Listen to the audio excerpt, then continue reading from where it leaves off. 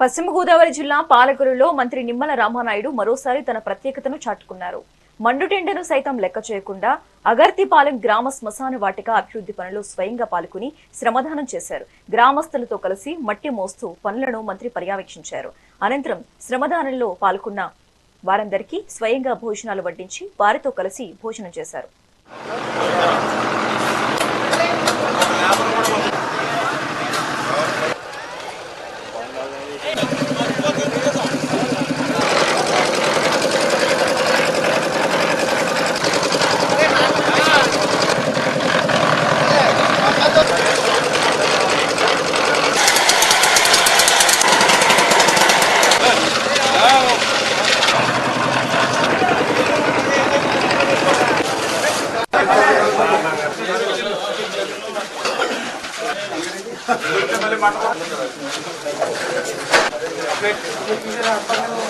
ప్రతి వ్యక్తి ఆఖరి మజిలీ అనేది శ్మశాన వాటికతోనే ముగుస్తుంది కాబట్టి ఆ శ్మశాన వాటికలు కూడా అత్యంత సుందరమైనటువంటి కైలాస వనాలుగా తీర్చిదిద్దాలని ఆ రోజు పాలకొల్లు పట్టణంలో ఒక మంచి కైలాస వనాన్ని మనం తీర్చిదిద్దాం.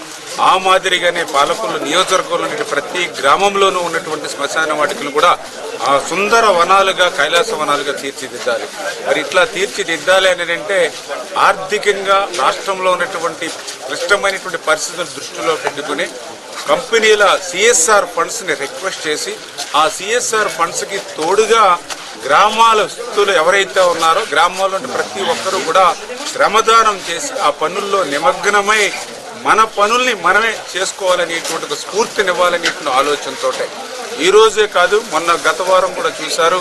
ఆదివారం నాడు దగ్గర 150-200 మంది గ్రామస్తులు స్వచ్ఛందంగా వచ్చి పెద్ద ఎత్తున శ్మశాన వాటిక పనుల్లో భాగం పంచుకోవడం. ఈ రోజు మళ్ళీ ఆదివారం మళ్ళీ పెద్ద ఎత్తున 150-200 మంది గ్రామస్తులు ఈ గ్రామంలో ఈ యొక్క శ్రమదాన కార్యక్రమంలో స్వచ్ఛందంగా పాల్గొనడం. అంటే ఒకప్పుడు శ్మశాన వాటికలు అడుగు పెట్టాలంటేనే భయపడే స్థితి నుంచి ఆ శ్మశాన వాటికలు కూడా మనం బాగుపరచుకోవాలి, సుందర వనాలుగా తీర్చాలని ఇంటికి ఒక మనిషి వచ్చి ఈ రోజు శ్రమదానం చేసేటువంటి ఒక స్ఫూర్తిని ఈ రోజు మనం కలిగించామని చెప్పి తెలియజేస్తూ ఉన్నాం.